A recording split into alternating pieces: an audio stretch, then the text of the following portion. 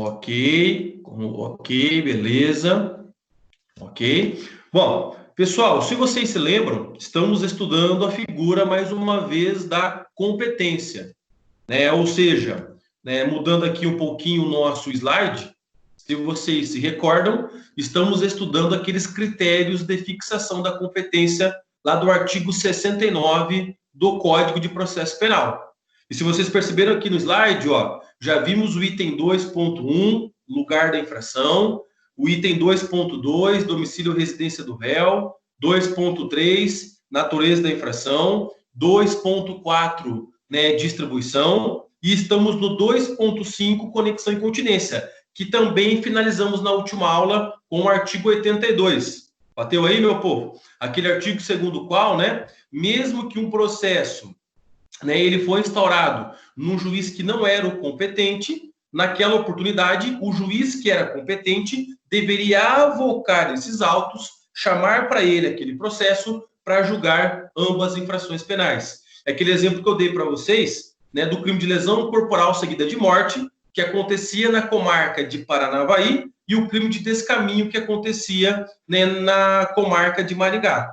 Como o crime de descaminho era federal, o juiz competente para julgar ambas infrações conexas era o juiz federal de Maringá. Mas naquela oportunidade, exemplificamos que o processo penal pelo descaminho aconteceu em Maringá e o processo penal, né, pela lesão corporal seguida de morte aconteceu em Paranavaí. Nesse caso, nos termos do artigo 82, o juiz de Maringá, o juiz federal, ele deve avocar os autos, né, para a sua competência federal. Avocar quais autos, professor? Os autos do processo penal da lesão corporal seguida de morte que corre na comarca de Paranavaí. Então, o juiz federal de Maringá vai ter que, né, chamar para ele também o julgamento daquele crime de lesão corporal seguida de morte que ocorre na comarca de Paranavaí, né? A não ser, naquela oportunidade, se já contasse com uma sentença. Se nós tivermos uma sentença já do juiz, né, da comarca de Paranavaí, naquele crime de lesão corporal, não pode mais existir a avocação. Moral da história, o processo penal vai continuar em Paranavaí. Nesse caso, teremos um desmembramento obrigatório, porque o juiz aqui de Maringá acabou aí não tendo a informação correta e não conseguiu fazer a avocação em tempo hábil, tá? Então, o juiz de Maringá, ele pode avocar, ele pode chamar para si esse processo penal até antes da sentença ser emitida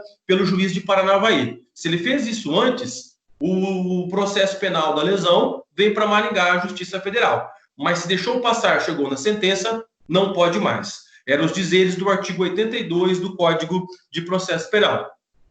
Tem ali uma outra parte nesse artigo 82, que daí vocês não se preocupem agora no terceiro ano, que isso é matéria do quarto ano em execução penal. Ou seja, né, os dois juízes julgaram de maneira separada, mas quando for para executar a pena, aí volta para um juiz só. Mas aí eu combino com vocês, tá? Isso aí é matéria de execução penal, para vermos, quem sabe, lá no ano que vem, quando estudarmos essa disciplina. Então, não se preocupem com essa última parte do artigo 82, que vai do ponto ali, né, no meio da redação do artigo até o final. Por favor, Iago, colecione para nós aí o artigo 82 do CPP, por gentileza, aqui no nosso chat, no bate-papo.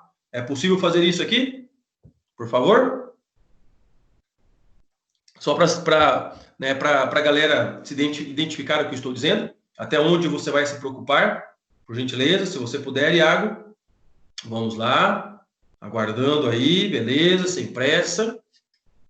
Você conseguir, Iago. Isso, Iago, muitíssimo obrigado, tá? Então, pessoal, nesse artigo 82 aqui, ó, nós nos preocupamos, né, até esse primeiro ponto, ó. Se não obstante a conexão à continência for instaurados processos diferentes, a autoridade de jurisdição prevalente deverá avocar os processos que corram perante outros juízes. Por exemplo, o juiz federal de Maringá avoca o processo penal do juiz estadual de Paranavaí, pela lesão seguida de morte, salvo se já estiverem com sentença definitiva. Então, até esse primeiro ponto aqui, sentença definitiva, que é o importante para nós.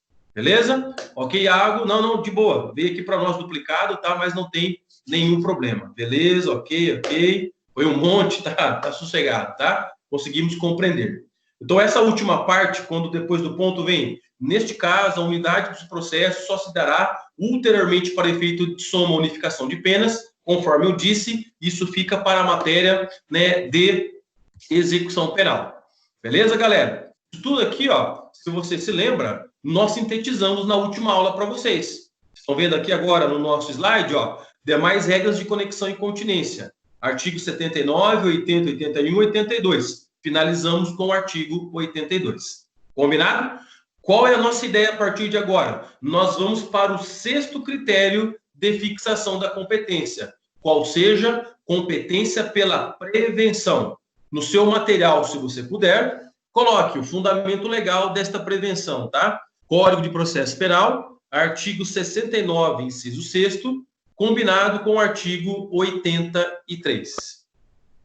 Então, o nosso próximo critério, dando sequência a essa aula de competência, pessoal, muito importante, já chamei a atenção de vocês várias vezes para isso, nós vamos agora examinar o 6º critério, que é o da prevenção. Que se você perceber aí, né, muito obrigado, Iago, ok, obrigado, ok, beleza, tá colocando aqui para nós, ok, beleza, se você puder também, Iago, muito obrigado, artigo 69, inciso 6º, maravilha, e também já emende aí o artigo 83, por favor. Pessoal, se vocês se lembram, eu já dei esse conceito do juízo prevento, recorda-se? Quem que era o juízo prevento? O juízo prevento era aquele que primeiro tomava conhecimento acerca da prática de uma infração penal. Qual que é a ideia? A ideia é a seguinte, tá? Se vocês perceberem aqui o artigo 83 colacionado pelo Iago, mas interpretando esse artigo 83 com palavras mais singelas. Vamos imaginar que uma comarca tem mais de uma vara criminal. Por exemplo, eu gosto de colocar, né, como exemplo hipotético aqui Maringá, para deixar mais claro para vocês vislumbrarem, tá? Maringá, por exemplo, tem 5 varas criminais. Os 5 juízes criminais aqui de Maringá estadual, os 5 juízes das varas criminais aqui em Maringá, da primeira à quinta, têm plena competência para julgar infrações penais. Mas, nesse caso, para determinar qual será o juiz competente dos 5, lembra que nós vimos a distribuição? Vai ser feito um sorteio e aquele juiz para o qual foi sorteado, por exemplo, da segunda vara criminal, foi o primeiro a tomar conhecimento sobre aqueles atos criminosos. Uma vez que ele é o primeiro a tomar conhecimento, o da segunda criminal, em relação ao da primeira, o da terceira, o da quarta, o da quinta, aquele juiz da segunda vara criminal, como ele foi o primeiro a tomar conhecimento, ele vai ser o competente para julgar, né, aquela infração penal. Isso é o critério da prevenção, onde, né, existindo aí igualmente juízes competentes, juízes criminais competentes, aquele primeiro que toma conhecimento vai ser o competente para examinar. É aí, inclusive, os dizeres do artigo 83, né, do Código de Processo Penal.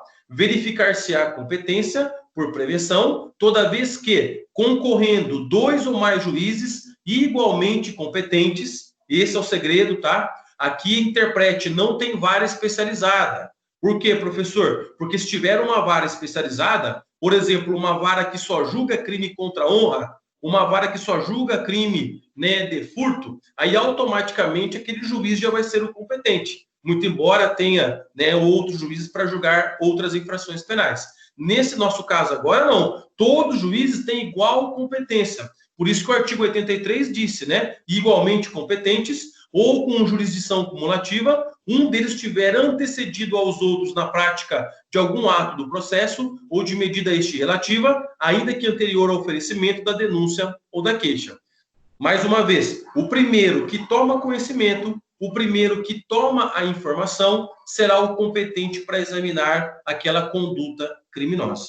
É isso que nós temos que levar em conta nesse caso, tá? Professor, mas mesmo que seja uma comarca de vara única, nesse caso, pessoal, se for uma comarca de vara única, ela vai, de qualquer maneira, se relacionar a uma outra comarca.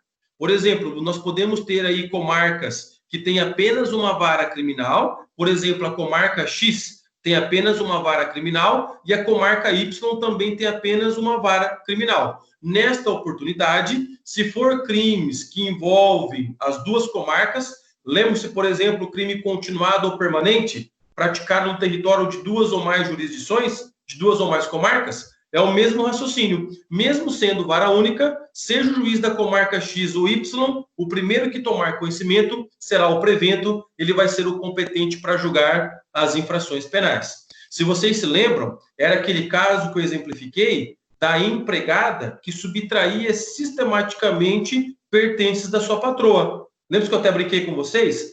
Morava a patroa juntamente com a empregada em Paranavaí, ela subtraía pertences da patroa, depois mudava para Alto Paraná, subtraía pertences por lá, mudava para Nova Esperança, subtraía pertences por lá, e depois mudava para Maringá, subtraía pertences por lá. Nesses casos, eu tenho 4 comarcas diferentes, que também, nesta oportunidade, poderiam ser igualmente competentes para julgar esse crime continuado de furto. Mas, se vocês se recordam, nos termos do artigo 71 do Código de Processo Penal, vai ser competente o primeiro juiz que tomar conhecimento acerca dessa infração penal. Ele vai julgar toda essa história, todo esse fato envolvendo os crimes que foram praticados nessas comarcas. Muito importante aí o critério da prevenção. Ok até aí, galera? Estão compreendendo, por favor, sim ou não? Só me dê um feedback aqui, por favor, no chat. Estão entendendo? Está ficando claro, por gentileza? Sim, beleza? Alguma pergunta que vocês tiverem, tá? Podem se manifestar, fiquem à vontade, tá? Bom, mas esse artigo 83, ele tem para nós, uma outra regra importante, que eu gostaria que vocês anotassem, essa outra regra. Então, preparando aí o material, por gentileza, tá? Pessoal, aqui no PowerPoint, a gente não consegue anotar, no PowerPoint, como eu fazia, conforme eu escrevia lá, no Word, tá? Aqui a gente não consegue fazer. Então, a gente vai utilizar aqui a velha aula presencial lá, que eu sempre peço para vocês anotarem. Então, na verdade, a primeira anotação que você vai fazer aí na competência pela prevenção é esse aqui no slide, ó, a segunda setinha.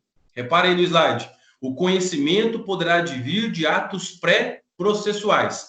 Esse conhecimento que o juiz teve primeiramente, ele pode vir de atos pré-processuais. É isso que eu quero que você anote. Anote o seguinte: a competência pela prevenção poderá ser firmada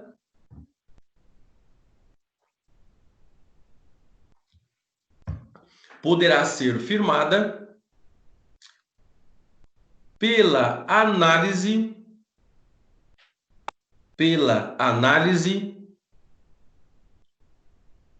judicial de determinados atos antes do processo penal. Pela análise judicial de determinados atos antes do processo penal. Antes do processo penal. Então, até agora, o que vocês estavam compreendendo? Vocês estavam compreendendo que o juiz prevento é o primeiro que toma conhecimento instaurando o processo penal. Verdade. Mas este juiz, ele também pode tomar conhecimento antes mesmo do processo penal ser instaurado. É isso que é importante vocês verificarem. O exemplo, eu já falei isso para vocês anteriormente, são aqueles atos que o delegado de polícia, durante a investigação criminal, ele não pode fazer por ele mesmo, de ofício. Determinados atos lá no inquérito policial, para o delegado fazer, ele precisa de ordem judicial. E esses atos que requerem ordem judicial são os atos pré-processuais. São atos que acontecem na fase de investigação criminal, que serão decididos por um juiz, e este juiz que decidiu esses atos já se torna o prevento. É o primeiro a tomar conhecimento e automaticamente, quando o processo penal for instaurado pelo crime, vai vir na mão deste juiz. É isso que eu quero fazer vocês entenderem. Quais são os exemplos? Eu já dei exemplos anteriormente. Quem se recorda aí? Por favor, aqui no chat. Quem se recorda de exemplos desses atos que o delegado pede e vai tornar o juiz para o evento? Quem se habilita aí, por favor? Quem pode me ajudar aqui? Vamos lá. Participação de vocês aí, por gentileza. Eu já falei sobre isso, eu já dei exemplos. Determinados atos que para o delegado fazer, ele precisa, né, de autorização judicial. Muito bem, aqui o Jefferson, interceptação telefônica, né, o Vinícius Bernardes, né, escuta telefônica, é uma pergunta-resposta, tá, Vinícius? Beleza? Tem mais atos aí. Então, vamos aqui dar os exemplos para vocês, tá? Beleza? Isso, João Elísio. Aê, João Elísio. Eu gosto assim, viu, João Elísio? É desse jeito aí, viu? Aí volta a moral comigo, viu, João Elísio? Aí está voltando a moral comigo agora, hein? Por enquanto, João Elísio, sua moral tá baixa comigo, viu? Se prepara aí, viu, companheiro? Prepara aí, viu? No final, tudo vai dar certo, vírgula, menos para você. Ah, João Elísio, o cowboy vai te pegar, o Givanildo vai te pegar, João Elísio. Ah, galera, aí sim, meu irmão. Eita, pião. É isso aí, viu? O bacana é que da aula online o professor fala, né? E dá risada e fica imaginando vocês também dando risada, né? O bacana é isso daí. Beleza, beleza. Então, exemplos aí, galera, de atos pré-processuais, tá? Antes da instauração do processo penal. Interceptação telefônica é um exemplo. Interceptação telefônica. Quebra de sigilo. Quebra de sigilo é qualquer sigilo, tá? O fiscal, bancário, pois não? Alguém chama? Não? Não? Alguém chamou? Ou foi aqui o meu áudio que deu alguma pane? Não, galera? Ok? Então tá. Alguém escutou o que eu escutei ou não? Por favor. Escutei alguém aqui gritar, tá? Mas eu acho que eu tô ouvindo coisas. Sim, escutou? O Yuri, não tô louco, né? Alguém chamou aí, mas enfim. É o que entrou. Ah, entendi. Admitida a chamada. Tudo bem, então. Então a culpa aqui é do João Vitor, viu, João Vitor? O culpado disso aí é você, viu? Que falar, viu? Beleza. Acho que é o barulho de quando alguém pede para entrar, ok? Na aula presencial, alguém batendo na porta, né? Alguém, agora na aula online, alguém sendo admitido, né? A gente tem que se atualizar. Gostou aí, Paulo? Gostou aí, você viu, né? Hillary está presente hoje. Hillary está fazendo janta, Hillary. Não? Tá cozinhando aí, Hillary? Tá de boa hoje? Não vai bater panela, não? Tá tranquilo? Sossegado? Né? Beleza? Entendido. Beleza. Sossegado. Ok, beleza, de boa. Pessoal, exemplos então: interceptação telefônica, quebra de sigilo fiscal, bancário de dados, sempre por ordem judicial. Tudo bem que tem uma discussão para crimes que envolvam organização criminosa, que pode ser feito pelo promotor e delegado, algumas quebras de sigilo, mas a gente não vai entrar nesse mérito, tá? Quem sabe alguém se interessar, é um belo tema de artigo, quebra de sigilo por parte de promotor e delegado, viu, Sonier? Ô, Sonier, para você essa aí, viu, Sonier? Pergunta lá para o seu delegado que você faz estágio se ele pode quebrar sigilo aí de alguém, tá? O que ele vai te responder, tá? Delegado Sonier, isso aí mesmo. Outro exemplo, prisões. Prisões, galera. Prisão, lembre-se, é apenas por meio de ordem judicial, a não ser uma única exceção de prisão. Qual? Flagrante. Flagrante é uma prisão que não necessita de ordem judicial, até porque se precisasse, ninguém seria preso em flagrante. Mas as outras que você possa imaginar, preventiva, temporária, domiciliar, né, tornozeleira, em casa, prisão, né, especial, qualquer prisão, apenas por ordem judicial. Outro exemplo aí, liberdade provisória sem fiança. Liberdade provisória sem fiança. Cuidado para não confundir, tá? Existe liberdade provisória sem fiança e liberdade provisória com fiança. Neste momento, me refiro à liberdade provisória sem fiança. Professor, então quer dizer que o agente criminoso, o sujeito ativo do crime, ele vai permanecer em liberdade sem pagar fiança? Sim, exatamente isso. Porém, isto é decidido por um juiz. E este juiz que deu a decisão vai ser o prevento para tanto. Então, em resumo, galera, isso que vocês anotaram de maneira exemplificativa são atos que, mesmo o processo penal ainda não sendo instaurado, para aquele juiz que deu essa decisão, ele foi o primeiro a tomar conhecimento. e a partir dali ele se torna o competente. Antes que alguém me pergunta, vocês se lembram, que eu também já falei sobre isso, de que com a reforma anticrime foi aprovada essa regra do juiz das garantias. Então, este juiz das garantias, a partir de agora, ele condensa toda essa matéria pré-processual. E este juiz das garantias, mesmo ele decidindo a matéria pré-processual, mesmo decidindo uma interceptação, uma sem fiança, uma quebra de sigilo, mesmo o juiz das garantias decidindo, ele não vai ser mais prevento, hein? Ele não é mais prevento, porque a função dele é apenas atuar até antes do processo penal começar. Então, moral da história, né? Foi para o juiz das garantias essas matérias, terminou de julgar essas matérias, é feita uma nova distribuição e aí sim vai ser sorteado um novo juiz para acompanhar a instauração do processo penal. E para aquele juiz que foi sorteado, a partir de agora eu tenho prevenção e este novo juiz vai ser o competente. Então, em resumo, se tiver o juiz das garantias na parada, a prevenção só ocorre quando o processo penal for instaurado. É isso que ficou a partir com a reforma aí do anticrime. Mas por que eu falei isso, né, sobre prevenção, então? Eu falei, pessoal, porque o juiz das garantias ele está suspenso em território nacional por decisão do Supremo Tribunal Federal, até o dia 24 de julho desse ano. Então, na prática, não estamos aplicando o juiz das garantias. Então, moral da história, está sendo ali, né, distribuído uma interceptação para o juiz da terceira vara criminal de Maringá e, na prática, este juiz já vai ser o prevento, tá? Até julho. O Supremo Tribunal Federal, creio eu, que em julho vai mandar postergar essa história de garantia só para o ano que vem, ainda mais em razão aí da pandemia, tá? E, na minha opinião, eu creio que o ano que vem vão dar um jeito de declarar a inconstitucionalidade do juiz das garantias, até porque o Poder Judiciário não quer essa figura.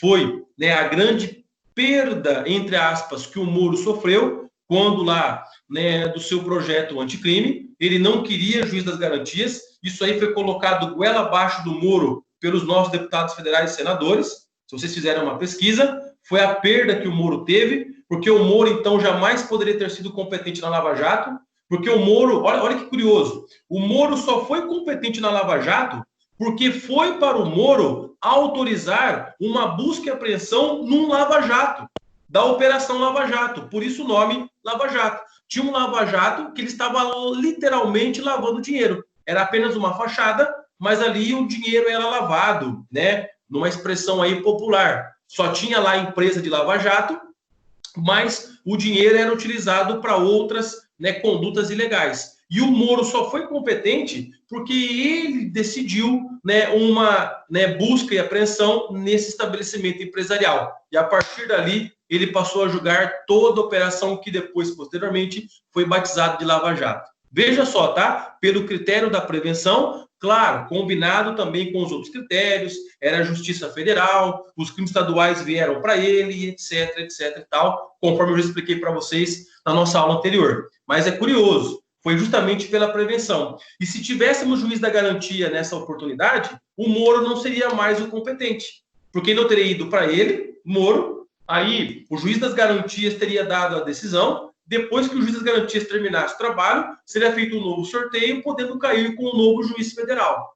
Então é por isso que o Moro ele não quis, tá? Aí é uma discussão se isso aí é favorável ou não a um bom julgamento, enfim, vocês podem fazer uma pesquisa a respeito disso posteriormente. Mas para nós, galera, o que é importante é de que, atualmente, o juiz das garantias, artigo 3º-B do CPP, se encontra suspenso, ó.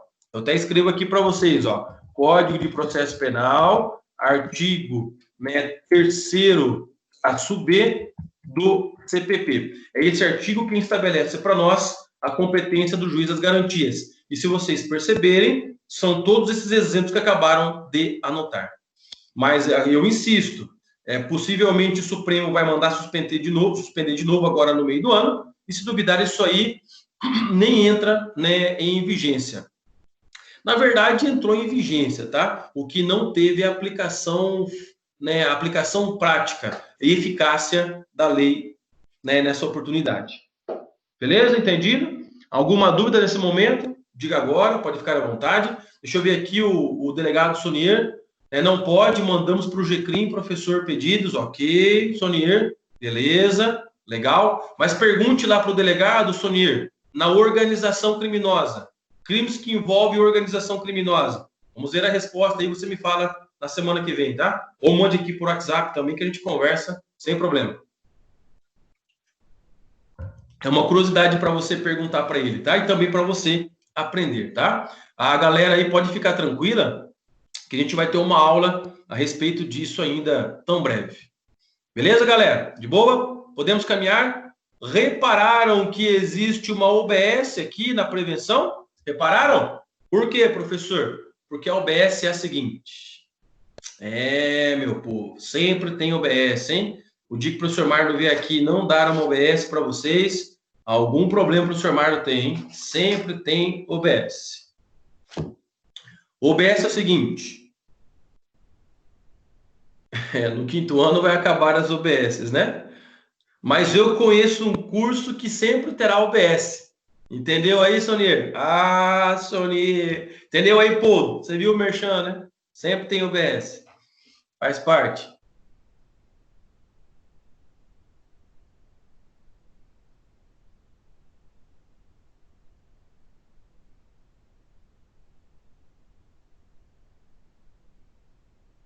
Ô, pessoal, alguém ativou meu mudo aí, por favor, hein?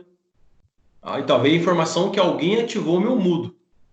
Só me faltava essa, né? Ter o hacker agora e começar a quebrar a nossa conexão, né? Ok, ok. Faltava, ó, veio a informação aqui para mim, ó. Não sei se apareceu para vocês. Alguém ativou o seu mudo. Espero que não tenha ninguém mexendo lá na nossa plataforma, né? Beleza, voltou, ok. Foi. Ô, Sinclair. Ô, Sinclair, você que fez isso, Sinclair? Sem querer? Ô, meu Cristo, viu? Foi você, Sinclair? Não é possível? Ah, não é de estar de brincadeira, viu? Por favor, hein, meu? Ô, pessoal, vamos lá. Tinha que ser o Sinclair, viu? Sinclair entra ativando o mudo do professor, entra com a conta lá, né, com o nome, salvo engano, né, da sua esposa, sei lá, da sua namorada, enfim. Sinclair é diferenciado, hein, Sinclair? Teste? Ah, legal, viu? Vou testar na sua prova, viu, Sinclair? Ah, mentira, tô brincando. Dá-lhe propaganda aí do suco Prats, o melhor suco de laranja do Brasil. Gostou aí, Sinclair? Valeu, né? Você viu? Depois você me manda aqui né? Você me manda aqui um carregamento aqui para minha casa, viu? Já começa, né, desse jeito, né? Tô mentindo. Pode deixar que eu vou no mercado e compro, tá? Não tem problema. Cerveja também? Vai ter cerveja? Ô, meu, o negócio tá ficando diferente, hein? Mas vamos lá, galera. OBS. Nos termos da súmula, então, OBS, nos termos da súmula 706 do STF, eu coloquei para vocês, tá? Nos termos da súmula 706 do STF. É verdade, ô Sinclair? É Prats Beer? Tá tão de brincadeira, né? Não é possível, né? Ai, viu? Prats Beer, sério mesmo? Aí não, hein, meu? Aí é outro nível, hein? Caramba, hein? Carne também? Pô, e cadê a crise para esse pessoal aí? Não tem crise? O coronavírus não atingiu essa galera aí? Só atinge nós, pobres mortais? Cadeira, viu? Brincadeira, viu? Carne com sabor laranja, né, Iá? Sabor laranja, né? Mas vamos lá. Nos termos da súmula 706 do STF, nos termos da súmula 706 do STF, o desrespeito à competência pela prevenção, o desrespeito à competência pela prevenção. Então, em resumo, se esta regra de competência pela prevenção for desrespeitada, tá? Então, o desrespeito à competência pela prevenção caracteriza uma nulidade relativa. Pronto. Uma nulidade relativa. Escrevi para vocês, ó. Uma nulidade relativa.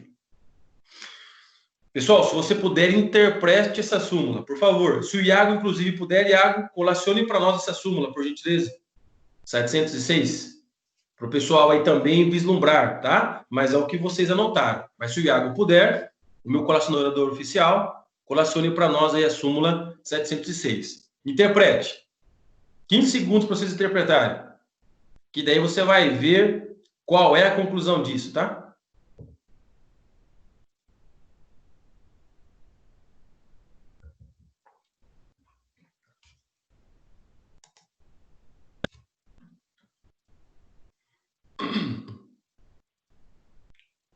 Muito bem, aqui, ó, o Iago, inclusive, já colacionou para nós, ó.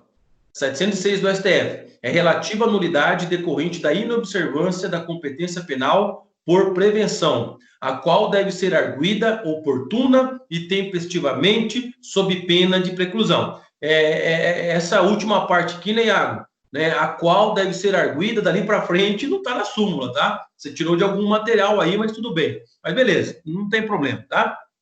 Mas é justamente isso que o Iago colacionou para nós, tá? Galera, lembra-se que eu expliquei outrora para vocês o que era competência relativa e competência absoluta? Recordam-se? Competência absoluta é aquela que jamais poderia ser prorrogada. Uma vez o juiz incompetente de maneira absoluta, o processo penal é anulado e ponto final. Já na competência relativa, era aquela que, se não fosse arguida oportunamente, aquele juiz que era incompetente passava a ser competente. Legal. Por quê, professor? Porque a prevenção, ela caracteriza uma nulidade também relativa. Aqui, nesse momento, eu sei que você ainda não tem a informação sobre o que é nulidade, mas podemos interpretar como se fosse uma competência relativa. Traduzindo, se aquele juiz que era o prevento, né, ele não está julgando a causa porque um outro acabou julgando de maneira incompetente, então aquele juiz para o qual foi mandada a causa de maneira irregular, porque ele não é o prevento, imagine o exemplo da empregada que subtrai a patroa, né, cometeu crime em Paranavaí, em Alto Paraná, Nova Esperança e Maringá. Né? Em tese, o juiz que primeiro tomou conhecimento foi o de Maringá, mas o processo penal foi instaurado em Paranavaí. Quem devia ser o competente prevento é o de Maringá, mas por um erro foi para Paranavaí.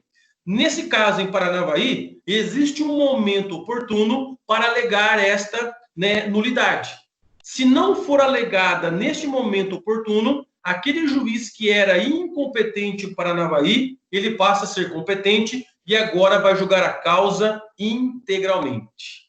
E isso, no que se refere, né, à súmula 706, é muito importante. Aí vocês podem se perguntar, professor, mas qual que é o momento para arguir, né, esta nulidade relativa, essa incompetência que está errada? O momento oportuno, pessoal, é a primeira vez que a parte interessada se manifestar nos autos.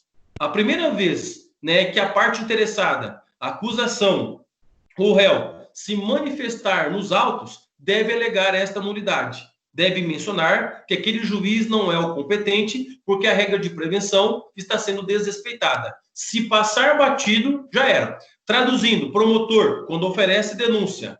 Réu, quando apresenta resposta à acusação.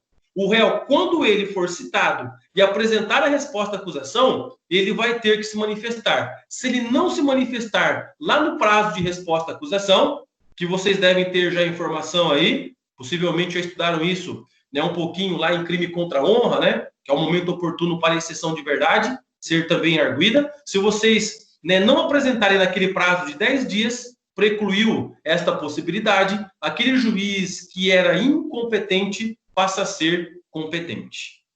É os dizeres da súmula 706 do Supremo Tribunal Federal.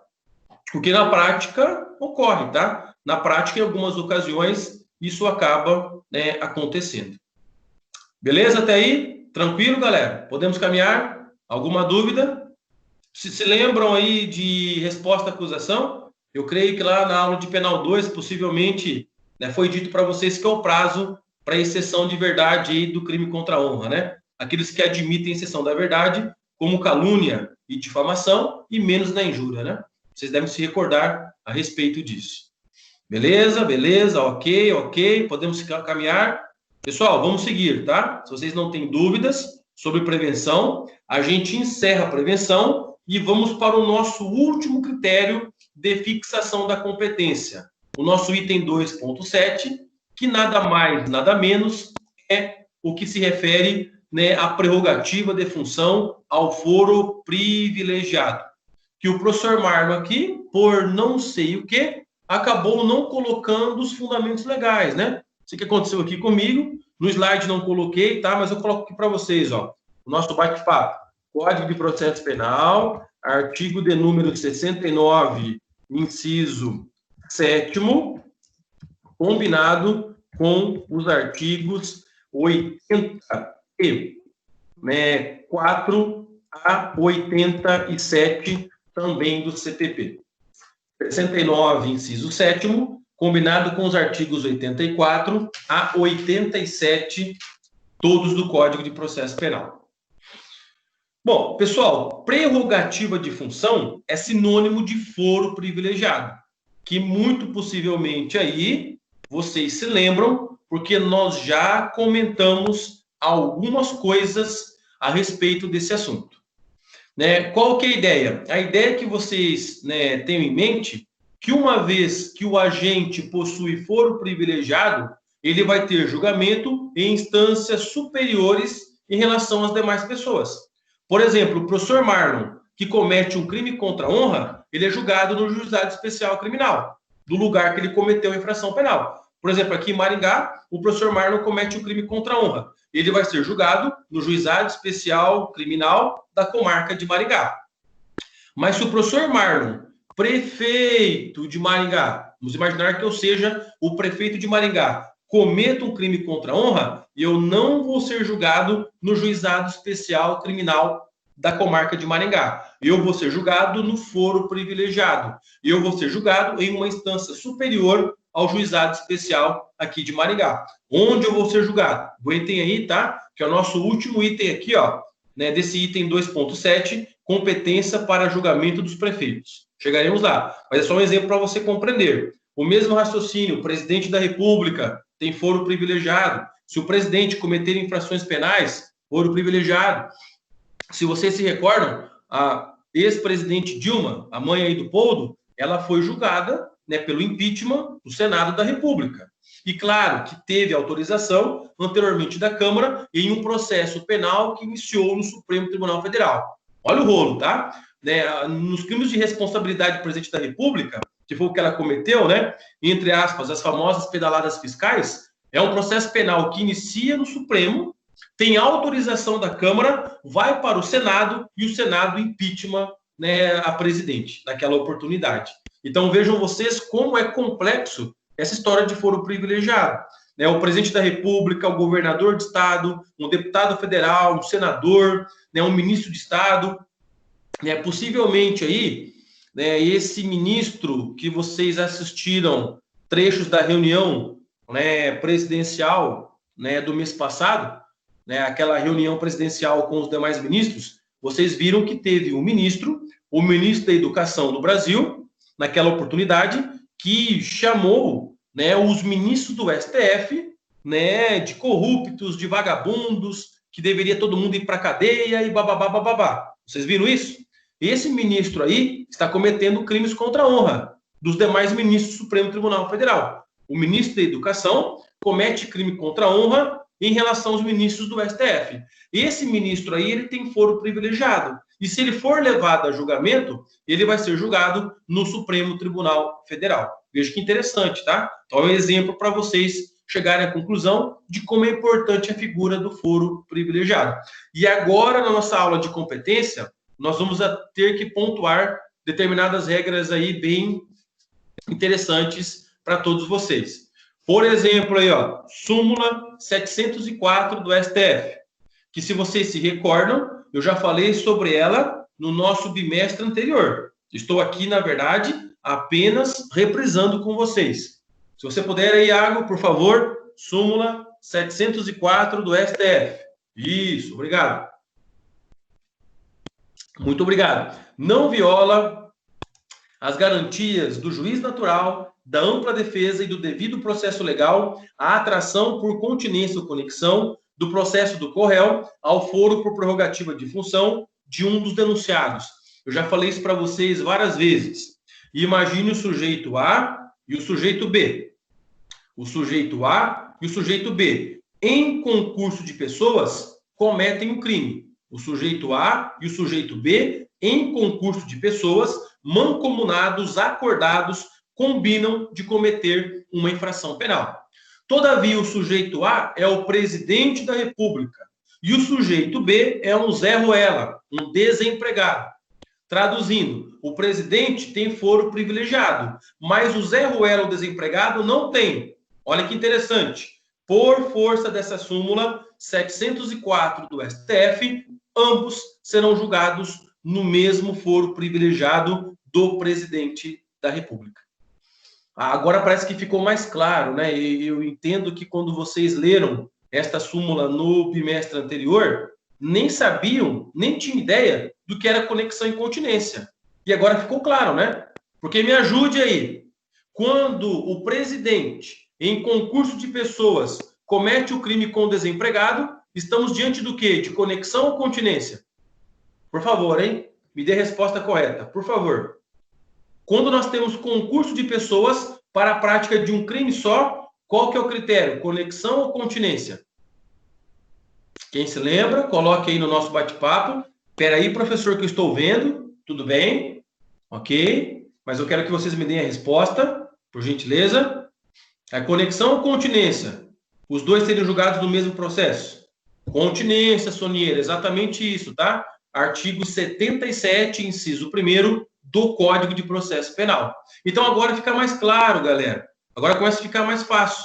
Por que ambos vão ser julgados no mesmo foro privilegiado? Porque cometeram em concurso esse crime e, uma vez existindo continência, um processo só que vai para o foro privilegiado. Se você perceber, é uma mistura de conexão e continência com foro privilegiado, nos termos da súmula 704 do STF. E se o Givanildo estivesse aqui, ele falaria para nós, foi justamente esse caso, o caso do mensalão. O caso do mensalão, que mais ou menos ocupou aí o nosso noticiário há uns 10 anos atrás, era a Lava Jato de 10 anos atrás, né? Foram deputados federais e senadores, bem como outras autoridades, que recebiam uma grana para votar determinadas leis. Que até hoje, né, galera, acontece isso, hein? Aqui em Maringá hoje teve um escândalo da Câmara de Vereadores, né, onde vereadores denunciaram outros vereadores que estão votando algumas coisas, né, pensando, né, em receber, né, cargos em comissão e serem beneficiados de alguma forma. Se alguém assistiu a reportagem aí dos jornais, deve saber do que eu estou falando. É um absurdo isso, tá? E no Mensalão em 2010, isso era no Congresso Nacional. Tanto é, né, que vários políticos, né, famosos foram condenados por conta disso.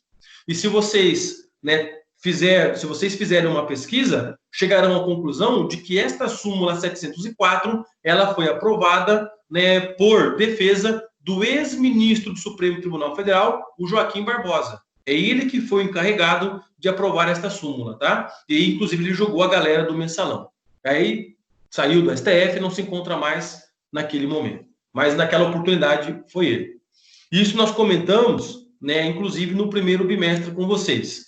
Traduzindo, basta um dos réus ter foro privilegiado, que todos serão julgados no foro privilegiado. Isso que é importante para nós. Beleza? Combinado? Iago, por favor, súmula vinculante 45. Pessoal, se tiver alguma pergunta aí, à vontade, tá, galera? Estou percebendo aí que vocês estão muito quietos hoje, hein? Vamos lá. Deixa eu ver aqui. Na nossa sala tem 30 participantes. 30. Né? Tirando o professor Marlon, 29. Cadê a galera aí? Vamos participando aí, meu povo. Vamos participando. Deixa eu ver aqui, Iago. Deixa eu ver aqui. Deixa eu ver. Iago, a súmula. Né? Isabela só observando. Ok, Isabela, só observando. Iago, a súmula não abriu aqui, por gentileza, se você puder mandar novamente. Só veio pela metade aqui. E se você consegue mandar novamente? Ah, agora sim. Agora deu rock. Agora deu rock. Beleza. Súmula vinculante 45. E, pelo amor de Deus, hein? Súmula vinculante é apenas do Supremo Tribunal Federal. Eu nem coloquei aí porque você já sabe disso. Então, eu nem coloquei. Se aluno de terceiro ano perguntar de onde é súmula vinculante, pode voltar 3 casas. Na verdade, recomece o curso, hein? Pelo amor de Deus, não vai me queimar a cara, hein? Nossa, de onde é uma súmula vinculante? De onde sei o quê? Cristo salva, sangue de Jesus tem poder, hein? Agora fiquei bravo, hein, galera? Agora fiquei bravo. Se alguém perguntar isso daí, você já sabe que é do Supremo Tribunal Federal. Só o STF pode estar súmula vinculante. Por que súmula vinculante? Porque é uma súmula que obriga todo mundo do Poder Judiciário e todo mundo do Poder Executivo a cumpri-la. Então, moral da história é como se fosse lei. O que diz essa súmula? A competência constitucional do Tribunal do Júri prevalece sobre o foro por prerrogativa de função estabelecido exclusivamente pela Constituição Estadual. Se vocês se recordam, também falamos a respeito dela no nosso bimestre anterior. Era aquele exemplo. Se o agente, comete um crime doloso contra a vida, se o agente comete um crime doloso contra a vida, ou seja, de competência do júri, um homicídio doloso, um auxílio a suicídio, um infanticídio, um aborto, se ele cometer qualquer desses 4 crimes e ele tiver foro privilegiado por regra da Constituição Federal, ele é julgado no foro e não no Tribunal do Júri. Quem diz que ele tem foro é a CF. Então, ele vai para o foro privilegiado e não para o Tribunal do Júri. Todavia, se esse agente comete um crime doloso contra a vida e quem diz que ele tem foro privilegiado é a Constituição do Estado, ele vai ser julgado no Tribunal do Júri e não no foro privilegiado. Por isso a expressão aí, exclusivamente. Exclusivamente significa dizer que o foro privilegiado apenas foi estabelecido pela Constituição do Estado. Em razão disso, se ele cometer um crime doloso contra a vida e tem previsão de foro só porque a Constituição do Estado falou isso, só ela disse, mais ninguém, ele vai para o Tribunal do Júri e não para o foro privilegiado. Eu vou lhe dar um exemplo. Secretário de Estado. Sabe o secretário de Segurança Pública do Paraná? Sabe o secretário de Educação aqui do Paraná? Se cometerem crimes dolosos contra a vida, mesmo que tenham foro privilegiado, descrito na nossa Constituição Estadual, serão julgados no Tribunal do Júri e não no foro privilegiado. Isso daí, eu falei para vocês o bimestre anterior, de maneira completa, exaustiva, vocês anotaram, depois pegue o material que tem tudo isso bonitinho lá, tá? Eu apenas aqui estou relembrando, porque é assunto relacionado à competência de foro privilegiado por prerrogativa de função. Só me confirme aí. Alguém se lembra que eu falei sobre essas 2 súmulas para vocês? Por favor, sim ou não? Alguém se lembra? O Yuri, sim. Quem mais? Vamos lá. Além do Yuri, muito obrigado, Yuri. Mais quem? Alguém mais se lembra? A Isabela também, sim. Ok? Professor, eu não me lembro mais. Faz tanto tempo que eu nem lembro o que eu almocei hoje. Pois é, galera, mas nós falamos a respeito disso para vocês, tá? Agora ficou legal. Sinclair, o Jefferson, Cláudio, beleza. Falamos muito a respeito disso, tá? Vocês podem ter certeza. Vocês podem... Depois vocês peguem provas, peguem materiais, tá? Vocês peguem aí o que são questionados nos exames da OAB, etc e tal, e verifique essas súmulas que eu passo para vocês. Vocês vão chegar à conclusão de que elas são questionadas. Ainda mais que é uma súmula vinculante de número 45 aí para nós. Salvo engano, se não estiver enganado, essa súmula vinculante 45, ela caiu no exame da OAB de 2018.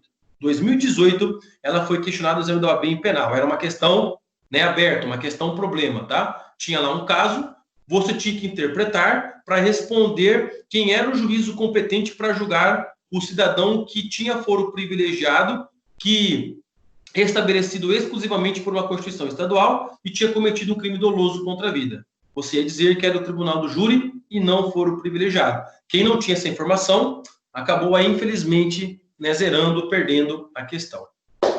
Combinado, galera? Entendido? Pessoal, o que vai ser novidade para nós mesmo agora na aula de foro privilegiado? É essa nossa terceira seta que estão vendo aí no nosso slide. Isso daí é novidade. E se duvidar, a maioria dos livros, inclusive livros 2020, estão desatualizados, hein? Os autores se esqueceram de atualizar os livros nesse tópico. Então, para não ter problemas, eu vou pedir para vocês anotarem o que é importante para nós desse nosso ponto aí, início e término do foro privilegiado. Porque a grande discussão é a seguinte: imagine o professor Marlon. Professor Marlon comete um crime de lesão corporal, juizado especial criminal, lesão leve. O professor Marlon não vai numa festa, nem podia ter ido, né? Desrespeitou a quarentena, então não sou exemplo para ninguém, né? Uma brincadeira, tá? Por favor. Aí fui para uma festa, me desentendo lá com o sujeito B e dou-lhe um soco no olho, cometendo lesão corporal leve do artigo 129, caput do Código Penal. Muito bem, eu cometo esse crime aqui na comarca de Maringá. Moral da história, eu vou ser processado perante o Juizado Especial Criminal. Começou, inclusive, meu processo penal agora, no mês de maio. Porém, no final do ano, viu, Paulo? Eu resolvo, né, me candidatar a prefeito de Maringá. E, para minha surpresa, eu acabo vencendo a eleição aqui em Maringá e me torno prefeito de Maringá a partir de 1º de janeiro de 2021. Nossa, hein, pô? Isso daí é só hipoteticamente, tá? Primeiro, que não tenho essa vontade. Segundo, que não sou filiado a nada e não sou esquerdista, viu, pô? Não sou. Fique muito claro aí. Mas enfim, e aí, hipoteticamente, eu acabo, né, vencendo a eleição. Detalhe, o professor Marlon, né, naquela oportunidade que venceu a eleição, ele passou a ter foro privilegiado. Lembra que eu falei para vocês? Veremos, inclusive, no finalzinho aí, eu, como prefeito, eu passo a ter foro privilegiado. Verdade. Aí vem a pergunta: e este processo penal que eu respondo perante o juizado, ele continua no juizado ou ele vai para o foro privilegiado? Esse é o nosso problema. Eu não tinha foro privilegiado, estou respondendo ao processo. Agora eu adquiro foro privilegiado. O meu processo sai do juizado e vai para o foro? Ou o contrário, eu era prefeito e cometi o crime, estou sendo julgado no foro privilegiado. Aí acaba o meu mandato. Eu continuo com o foro privilegiado? E isso daí, galera, eu desafio vocês pegarem os livros, os manuais. Vocês vão ver que tem um autor que não está atualizado. Por quê, professor? Porque é uma decisão recente do Supremo Tribunal Federal. Deixa eu ver aqui, David Ogrande, Marlon Beraldo para presidente. Ah, David, interesseiro, hein? Quer ser meu assessor, né, David? Vou chamar o Poldo, viu? Não vou chamar você não, viu, David? Tô brincando, David, de boa, cara. Né? De boa, fica sossegado aí. Vou chamar você, David, para você fazer parte do meu gabinete, né, de fake. Deixa comigo, tá? De fake. Você mandar lá os desenhinhos, enfim, né? Deixa comigo aí. Fazer o desenho no caderno do colega e colar o desenho. Se me falha a memória, foi você que fez isso no caderno do Pouto, se não me engano, tá? Colar lá o desenho, deixa comigo, tá? Com impressora da Câmara, tá? Deixa para nós aí, viu? No nosso caso aí da Presidência da República, né? Estou brincando. A gente descontrai aqui, galera, mas esse assunto é um assunto muito importante, mas muito importante. Até porque, né, isso aí, ele é questionado, né? Não só nas provas, como também na vida real. Imagine você advogando, falando agora como advogado, né, a favor de um deputado federal, de um senador, de um prefeito, né? O professor, né, Tiago Bucchi, né, que foi professor de vocês o ano passado. Não sei se esse ano ele está com vocês, acho que esse ano ele não está com vocês, né? Mas o professor Tiago, ele trabalha muito com isso, né? Ele advoga a favor aí de vários prefeitos e tem que tomar cuidado com essa história de foro privilegiado. Então, isso aí, na prática, é muito importante, mas essencial. Então, para não dar rolo, anote aí no seu material: início e término do foro privilegiado. Início e término do foro privilegiado. Anota o seguinte: por força de decisão do Supremo Tribunal Federal, por força de decisão do Supremo Tribunal Federal na... Vou escrever aqui para vocês, ó.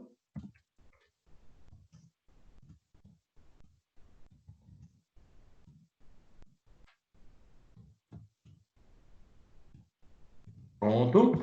Por força de decisão do Supremo Tribunal Federal na ação penal número, está o número aí, ó, 937/2015, 937/2015, muito embora seja de 2015, foi julgada em 2018 e modificada o ano passado. É o nosso Brasil, tá? É a nossa jurisprudência, que uma hora tem uma decisão, outra hora tem outra e bababá, bababá. Complemente aí. Né? Na ação penal 937/2015, vírgula, os senadores e deputados federais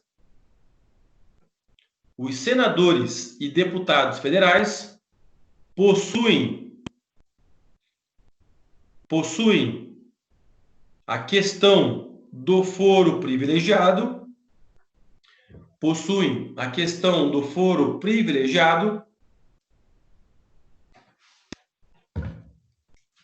as seguintes normas.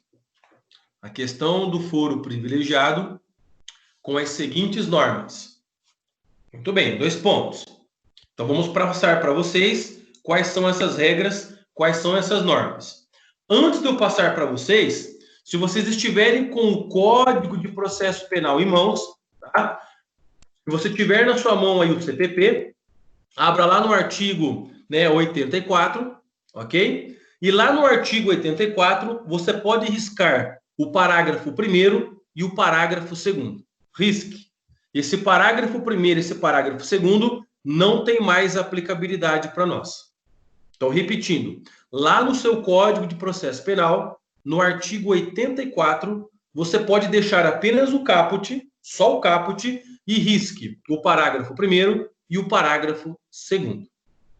Tanto é que, se você tem o código na mão, você vai ver logo abaixo desses parágrafos 1º e 2º, que tem aí uma observação de uma ação direta de inconstitucionalidade que declarou que esses 2 parágrafos são inconstitucionais.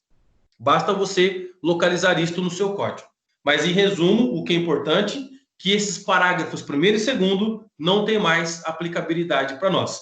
O que tem aplicabilidade, professor? O que você vai anotar a partir de agora, né, as 2 normas que eu quero passar para vocês. Entenderam, pessoal? Por gentileza, confirme aí para mim se vocês entenderam. O que é para fazer? Confirme. Senão eu repito de novo. Entendeu? Sonier, Mari, ok, Matheus, profissional, ponto estudante. Tá? Quem que é o profissional, ponto estudante 1, 2, 3? Me fale o seu nome, por gentileza. Profissional, ponto estudante. Quem que é, por gentileza? O nome, que eu estou conseguindo vislumbrar. O Otávio? Ah, Otávio, obrigado, hein? Gostei do endereço do seu e-mail, viu, Otávio? Profissional, ponto estudante, hein? 1, 2, 3. Legal, hein, cara? Cada mergulho é um flash, hein, meu? Gostei. Legal. Beleza. Então, muito bem. Risca lá os parágrafos 1º e 2º. Gente do céu, não é moleza não, hein?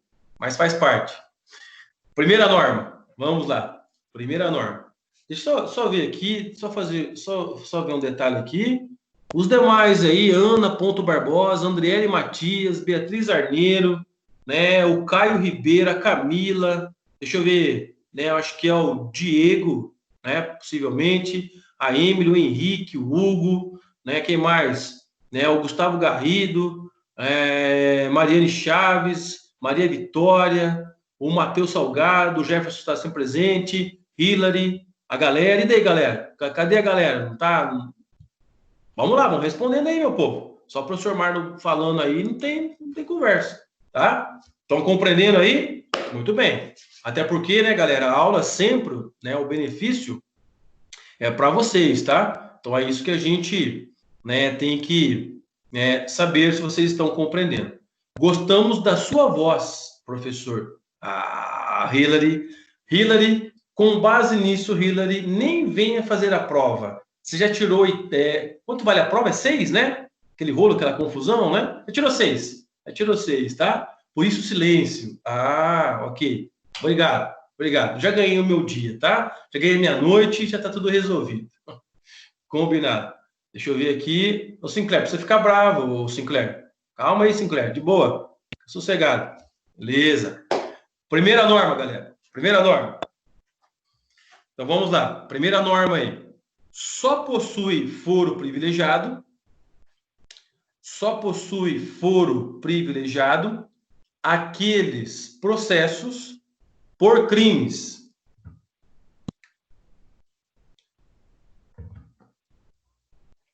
aqueles processos por crimes ocorridos durante o mandato, por crimes ocorridos durante o mandato, mandato, T de tatu, tá?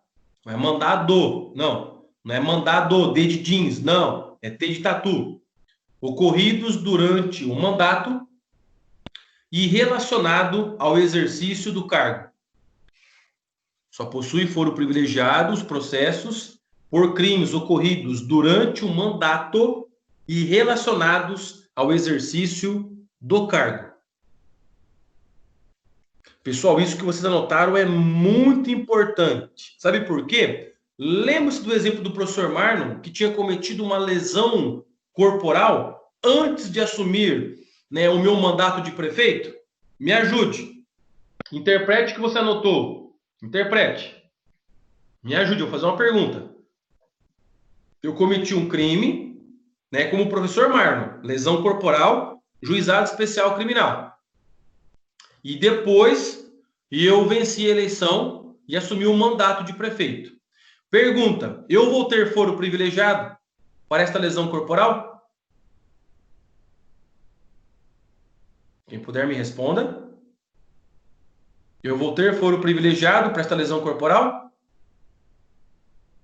Não, maravilha. Não, não, não. Por quê? Primeiro, não cometi durante o mandato, concorda? E além disso, não tem nada a ver com a minha função.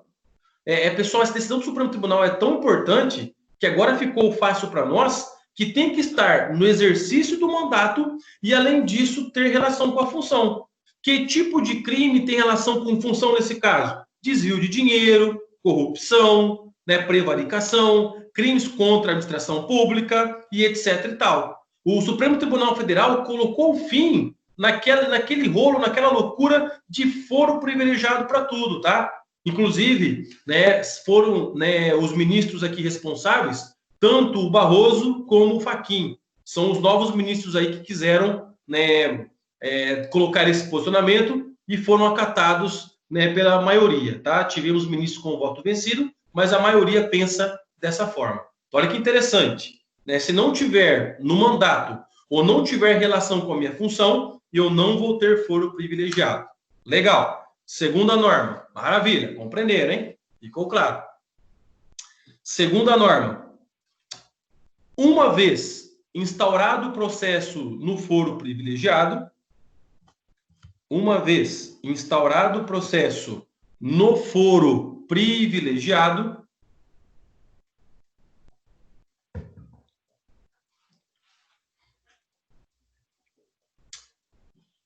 se já esgotada a instrução da causa, uma vez instaurado o processo no foro privilegiado, se já esgotada a instrução da causa, fiquem tranquilos, tá? Que eu já explico isso.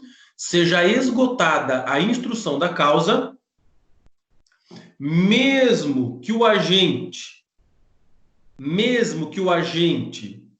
criminoso venha perder o mandato, mesmo que o agente criminoso venha perder o mandato, entre parênteses, não importa o motivo da perda, mesmo que o agente criminoso venha perder o mandato, entre parênteses, não importa o motivo da perda, vírgula, ainda assim continuará com julgamento no foro privilegiado. Ainda assim continuará com julgamento no foro privilegiado.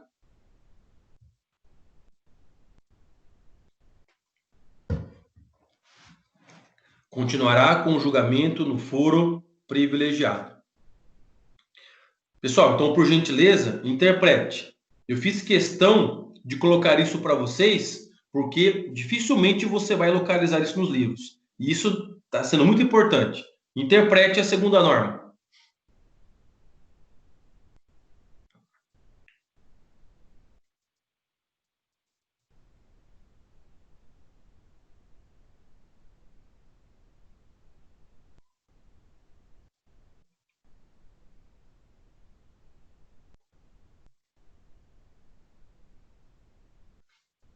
Muito bem.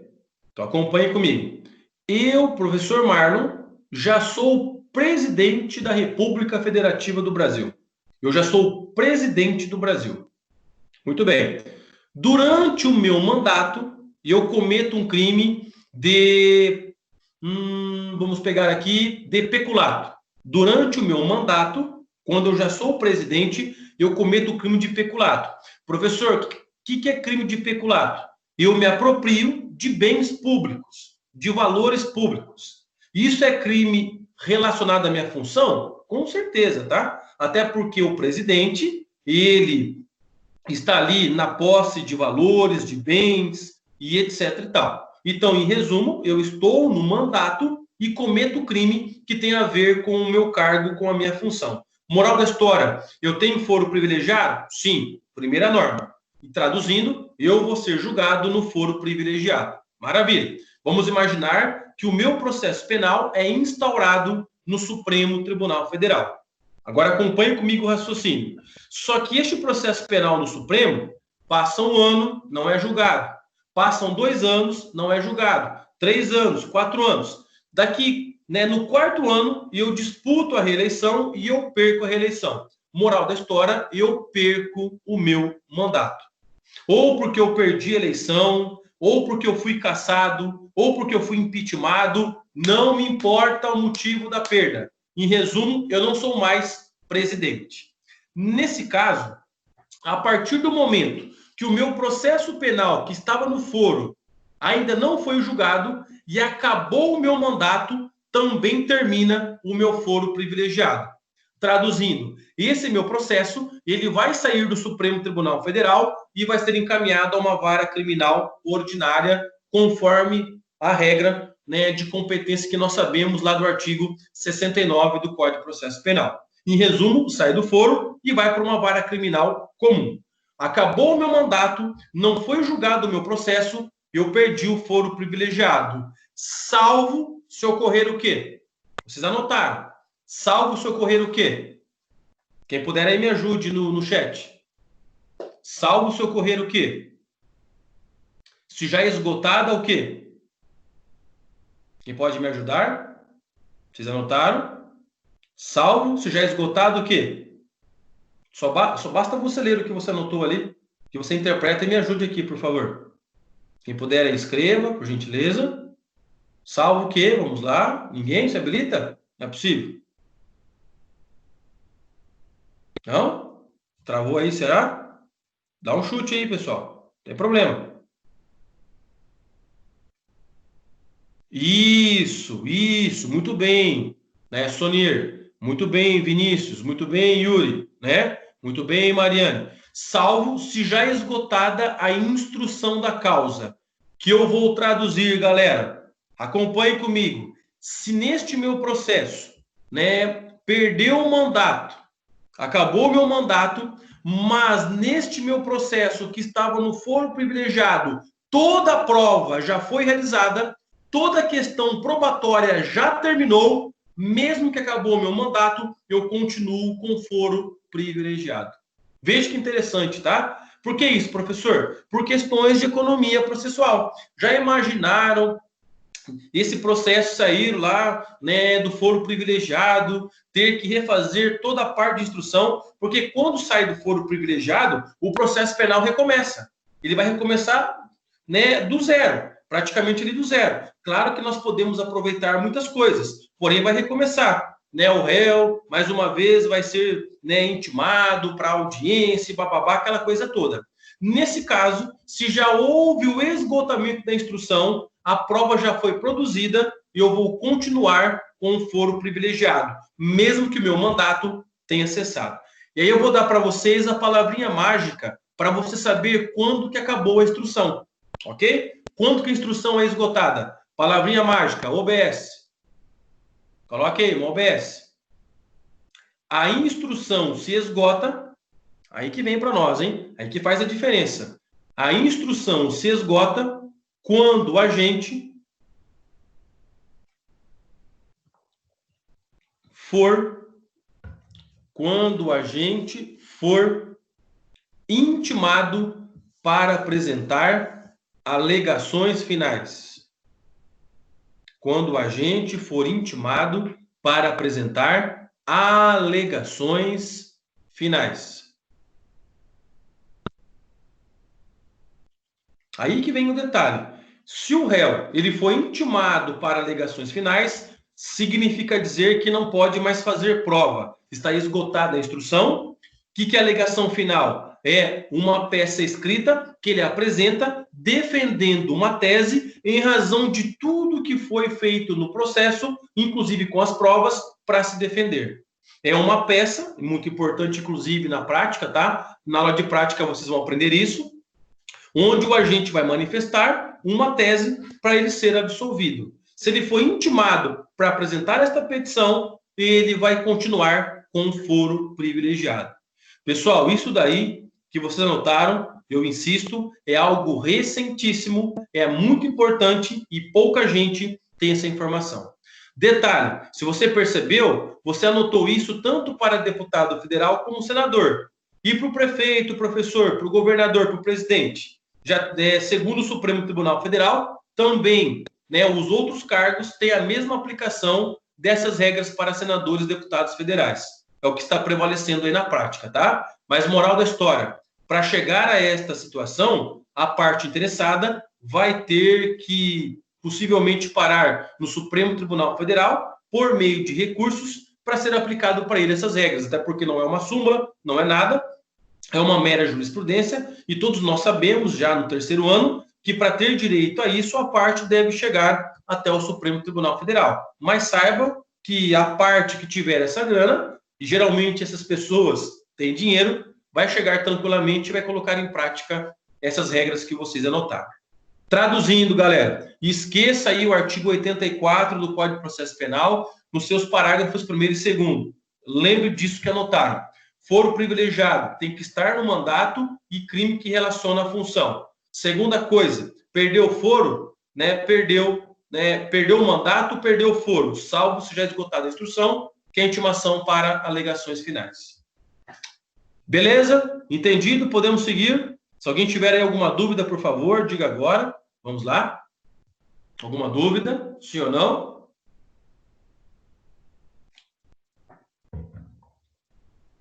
Ninguém? Podemos seguir? Podemos ir, pessoal? Podemos caminhar, então? Sim ou não, por favor? Podemos seguir? Yes? Yes. Beleza. Nosso último item, então, da matéria de foro privilegiado. Competência para julgamento dos prefeitos. Então, no seu material, coloque o título Competência para julgamento dos prefeitos.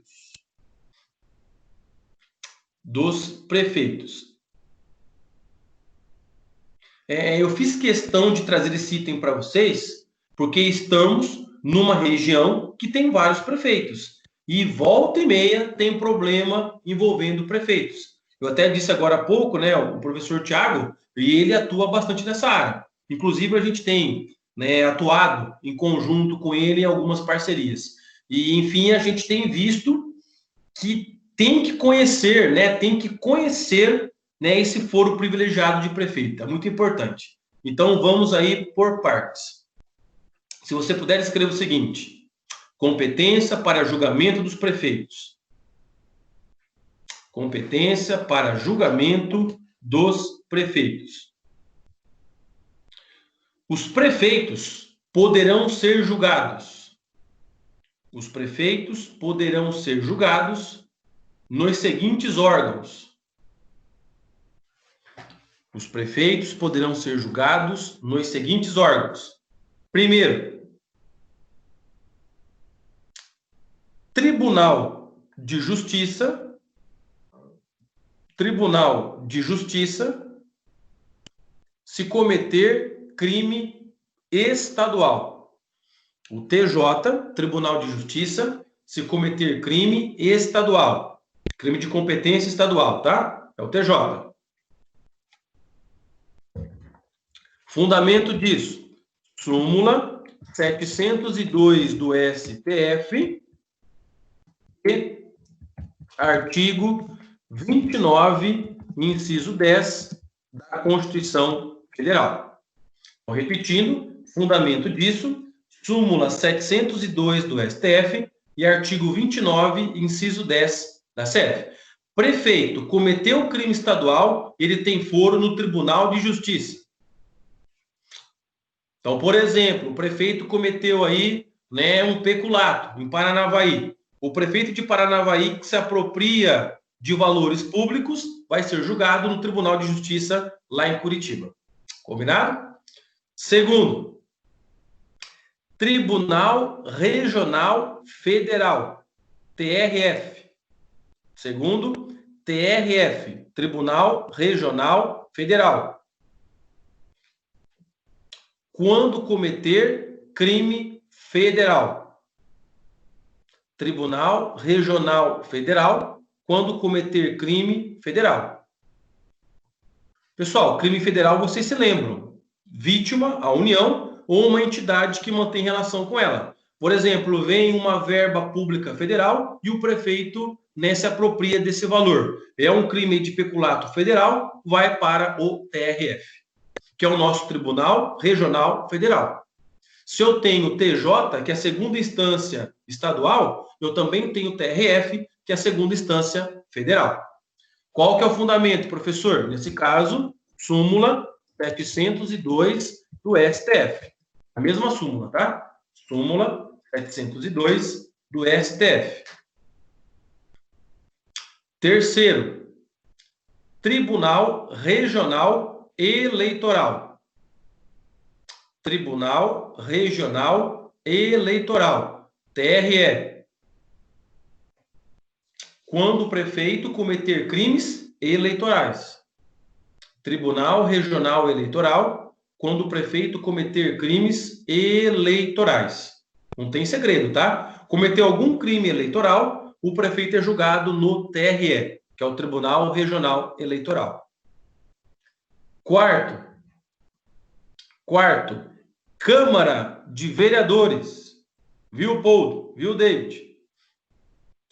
Câmara de Vereadores. Repare, viu, galera? É Câmara e não câmera, tá? Câmera é essa daqui, ó. Essa aqui é minha câmera. Mas você está anotando a Câmara, né? O local, né, de vereadores. Câmara de Vereadores, quando o prefeito cometer crimes de responsabilidade. Quando o prefeito cometer crimes de responsabilidade. O exemplo são as pedaladas fiscais, que aconteceu com a Dilma, né? Que daí na proporção lá de presidente, mas o mesmo raciocínio aqui para o prefeito. Né? Quando cometer pedalada fiscal. Por exemplo, veio uma verba para investir em educação, o que ele faz? Ele tira uma parte e investe, né, em cultura. Não pode. Se veio para a educação, é apenas na educação. Crimes de responsabilidade. Vai para a Câmara. E quinto, o quinto órgão, Vara da Fazenda Pública. Vara da Fazenda Pública ou vara cível. Olha que interessante, tá? Se a comarca não tiver vara da Fazenda Pública, é na vara cível, tá? Então, vara da Fazenda Pública ou vara cível, quando cometer atos de improbidade administrativa. Vamos escrever aqui para vocês. Improbidade administrativa. Quando o prefeito comete atos de improbidade administrativa.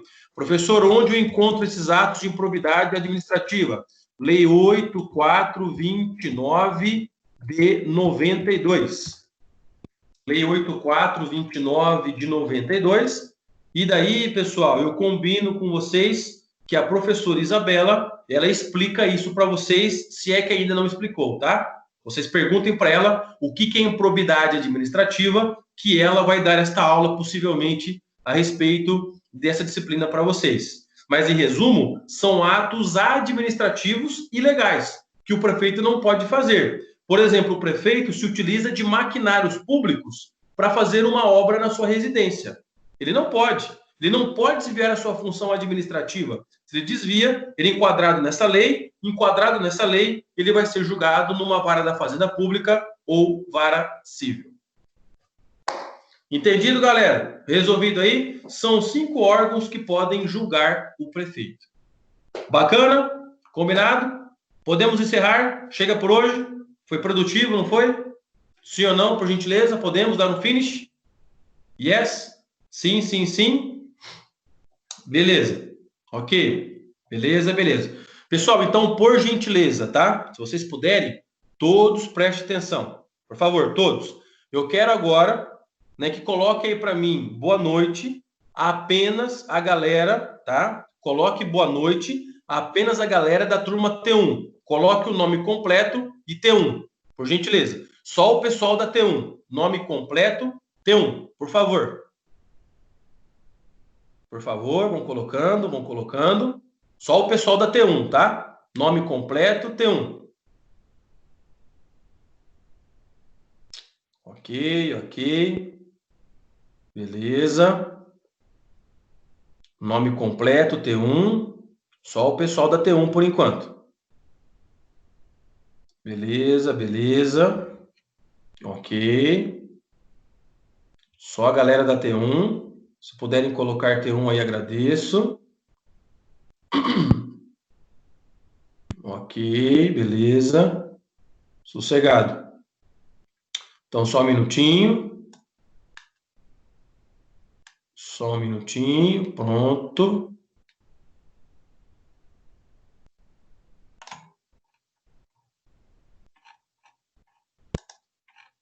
Deixa eu ver aqui. Vamos lá.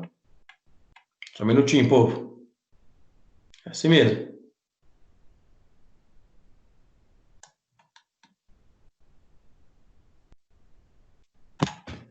Só um minutinho.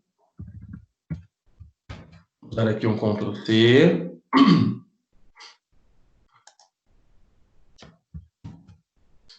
Beleza.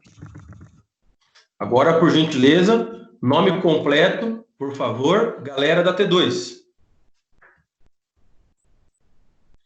Nome completo, galera da T2.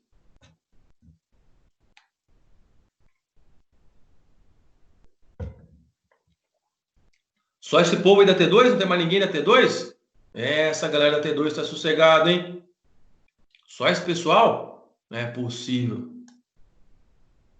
Beleza, então. Ctrl C.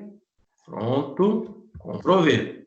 Pessoal, lembrando aí que temos a chamada, hein, meu povo? Temos a chamada. Avisa os demais, já sabem disso, tá? Que aí complica.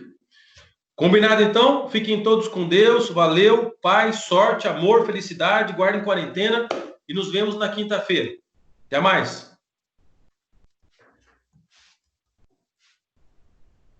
Valeu. Tudo de bom. Valeu. Um abraço. Tudo de bom. Tinha que ser a Hillary, viu? Vou te falar, viu?